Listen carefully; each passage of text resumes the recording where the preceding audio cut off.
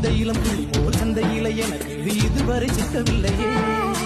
என்னழகு ரசிக்க என் இருப்பை எனக்கு இளைஞனும் கிட்டவில்லையே. நான் தேடி தேடி உன்னை கண்டேனே. பாலில் வீழும் சீனி போல என்னை தந்தேனே. ஆடை ஊறும் ஜாதி பூவின் அங்கம் பார்த்தேனே. அங்கே சொர்க்கம் இல்லை இல்லை நீங்கே பார்த்தேனே. சுல்தானே சுல்தானே சுல்தானே தொட்டு தொட்டு பேசும் சுல்தானா.